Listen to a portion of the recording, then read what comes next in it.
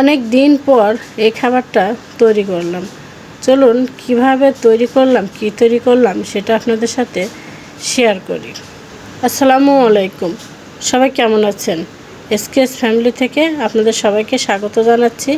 আমি শাহনাজ পারভিন। আমি আজকে তিল পাতা তৈরি করব এবং 1 বছর পরে আমি এই খাবারটা আজকে তৈরি করছি।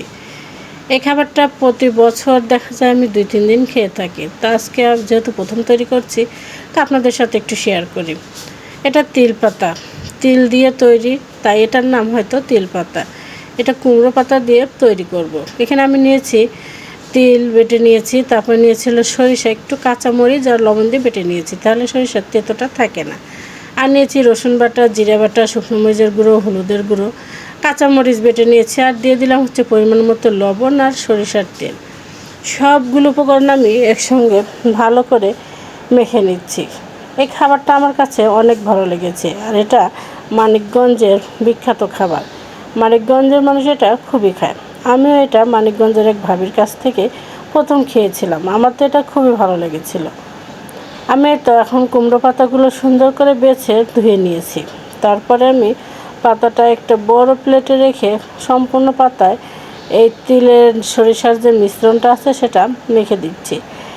একটা পাতা দিয়েও হয়, কিন্তু একটা পাতা দিয়ে এটা যেহেতু ভাপে করব, ভাপ দেওয়ার পরে অনেকটাই পাতলা হয়ে যায়, সেজন্য আমি এখানে 2-3টা করে পাতা পুরো দিয়ে দেবো।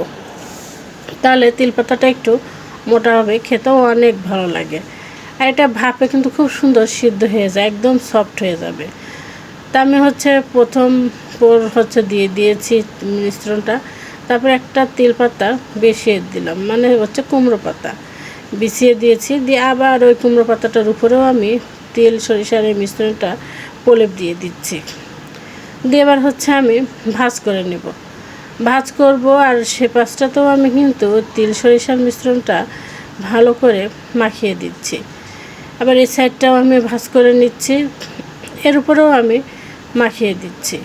আর এটা কিন্তু সুন্দর লেগে থাকবে, খুলে যাবে না, যেহেতু আমি প্রতিটা ভাজে ভাজেই মিশ্রণটা লাগিয়ে দিচ্ছি।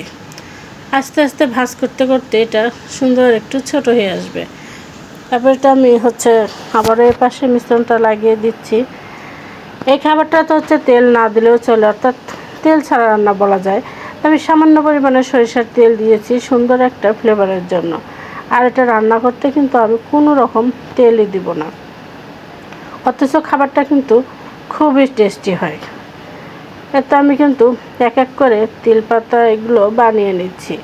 আর কুমড়ো পাতা কিন্তু একটু তেতো তেতো লাগে, কিন্তু এই তিল পাতা তৈরি করলে কুমড়ো পাতাটা কিন্তু একদমই তেতো লাগবে না, বোঝাই যাবে না খাবার সময় যেটা কুমড়ো পাতা দিয়ে তৈরি করা। আমি সবগুলো তিল পাতা তৈরি করে নিয়েছি। দিয়ে আমি এখন প্যানে বসিয়ে দিচ্ছি, সুন্দর করে এক এক করে আমি বসিয়ে দিচ্ছি।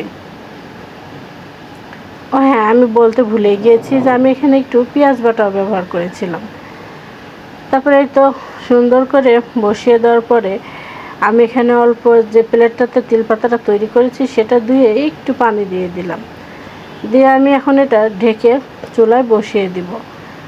চুলায় আমি বসিয়ে দিয়েছি, এখন আমি এটা ঢেকে দিচ্ছি। চুলার আঁচটা একদম লড়ছে একটু বেশি রেখেছি আমি, যেটা এটা ভাপে করব, জোরে দিলে আবার এটা পুড়ে যাবে, সিদ্ধ হবে না, কিন্তু ভালো হবে না। আমার তিল পাতাটা কিন্তু দেখুন সুন্দর কিন্তু সিদ্ধ হয়ে গেছে।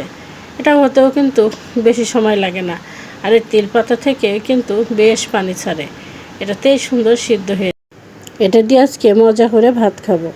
সবাই ভালো থাকবেন। পরবর্তী ভিডিও দেখার জন্য আমন্ত্রণ রইল। আল্লাহ হাফেজ।